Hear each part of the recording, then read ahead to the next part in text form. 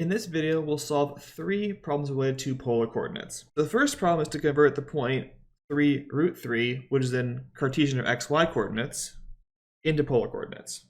So we draw this point on the coordinate plane, looking at 3 in the x direction and root 3 in the y direction.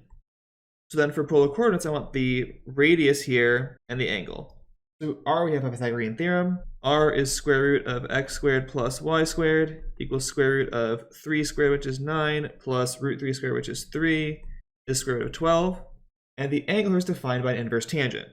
The theta should be inverse tangent of y over x, or opposite over adjacent, of root 3 over 3, which is inverse tangent of 1 over root 3, which means that sine is 1/2 and cosine is root 3 over 2. So this here is pi over 6, which is in the correct quadrant because we want to be in the first quadrant here.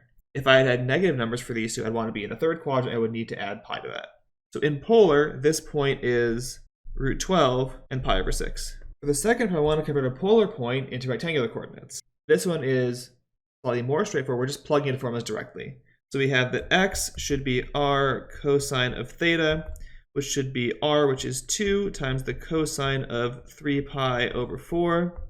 Cosine 3 pi over 4 is negative root 2 over 2, because this is in the second quadrant, or this is negative root 2. And y is r sine theta, which is 2 times sine of 3 pi over 4, and that's positive root 2 over 2, so this value is just root 2. So the point in rectangular coordinates is minus root 2 and root 2. Now for the third part here, I want to find a rectangular equation that's equivalent to this polar equation here. I'll start with my polar equation, which is r equals 1 over 2 minus cosine theta. And I'm going to try to manipulate this first to make it look like it's nicer before I substitute for x and y. So if I clear the denominator on the other side, this will become 2r minus r cosine theta equals 1. And this we can work with. This here is x. I can replace r by square root x squared plus y squared to get an equation of the form 2 square root x squared plus y squared equals 1 plus x. And that is a reasonable formula to start with. However, if I want a better idea of what this looks like, I want to do a little more manipulation here to see what happens. So I've moved the x over to this side to leave the square root term here by itself. Now I can square both sides of the equation. If I square both sides here, I'm then left with 4 times x squared plus y squared equals 1 plus x quantity squared. I can expand everything out. 4x squared plus 4y squared equals 1 plus 2x plus x squared. Moving all the x's to the left, I will see 3x squared minus 2x plus 4y squared equals 1, which is looking a lot like an ellipse. It's almost a circle, but these coefficients are not the same. So let's get this into normal elliptical form and see what we get from that idea. I can write this here as a 3 times x squared minus 2/3 x plus 4y squared equals 1.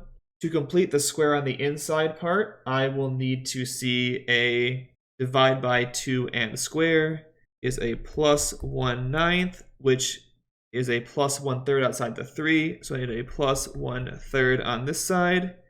And so I can rewrite this now as 3 times x minus 1/3 squared plus 4y squared equals 4/3.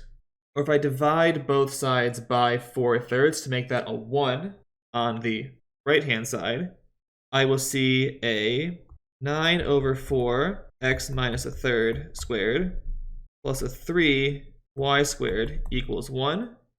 Or in standard form, x minus 1/3 squared over 4/9 plus y squared over 1/3 equals 1. So this here is an ellipse centered at the point 1/3 comma 0 based on the parts here. This here is larger, so the semi-major axis is the square root of that, or 2/3, and the minor axis, the square root of that, or the y-axis of 1 over root 3. So either form here is fine for this answer. All of this I would not expect you to know off the top of your head.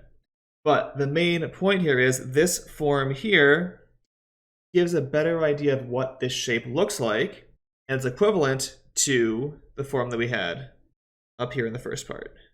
So in general, for polar coordinates, you want to get things into sort of elliptical or some form like that if possible. So the second answer is probably slightly better, but they're both correct in a way to analyze what that polar equation looks like in Cartesian coordinates. And in terms of writing out the function, I would say this is significantly easier, this one here. However, in terms of knowing what it's going to look like, it's a lot easier to see that in the elliptical form of this final expression here. So there's 3 little problems about polar coordinates and what you can do with them to transition points between them and equations in different coordinate systems.